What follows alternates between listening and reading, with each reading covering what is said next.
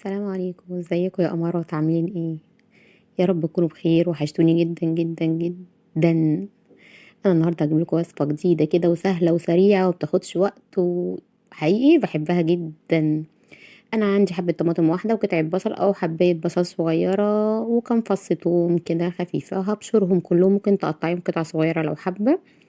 انا هبشرهم كده خشن، مش ناعم ولا حاجه.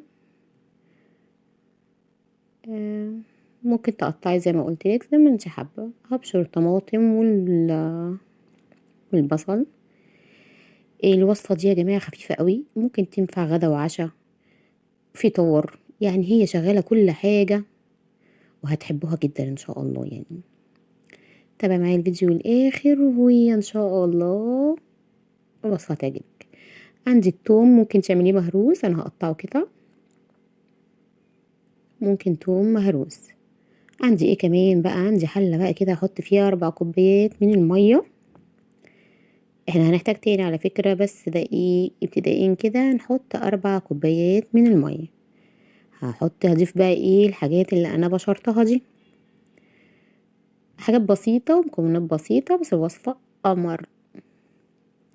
عندي كمان كوباية من العدس البني، مغسولة كويس قوي ونضيفة كده اهي. بس انا بقى هضيفها على المكونات دي وعلى البوتاجاز على طول. يلا نشوف نعمل ايه تاني. اهو بس كده، مش هضيف حاجة تاني على فكرة دلوقتي خالص. بس انا هروح احطها على البوتاجاز. انا هسيبه يغلي. اول ما تغلي هوطي النار خالص عليها، تستوي بقى براحتها. هي هتاخد نص ساعة عندي، ان هو مش كتير.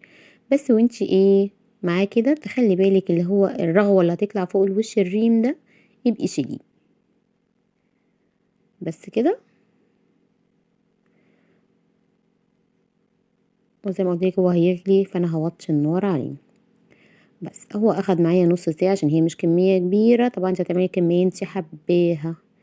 بس كده هو عندي استوى. وكل ما يحتاج مية بضيف له مية سخنة، ما تضيفوش مية من الحنفية، ضيفي مية سخنة.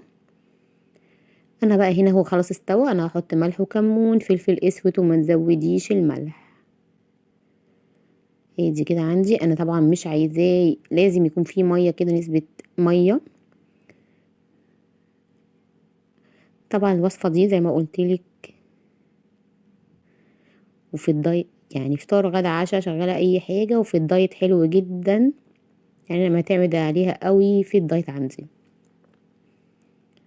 بس هي هاخد جنبيها بقى ليمون وعيش محمص والف هنا عليكم. دي كانت وصفتي النهاردة، يا رب تكون عجبتكم. لو عجبتك انت تعملي لايك وسبسكرايب وتفعيل الجرس على الكل عشان يوصلك كل جديد. مع السلامة.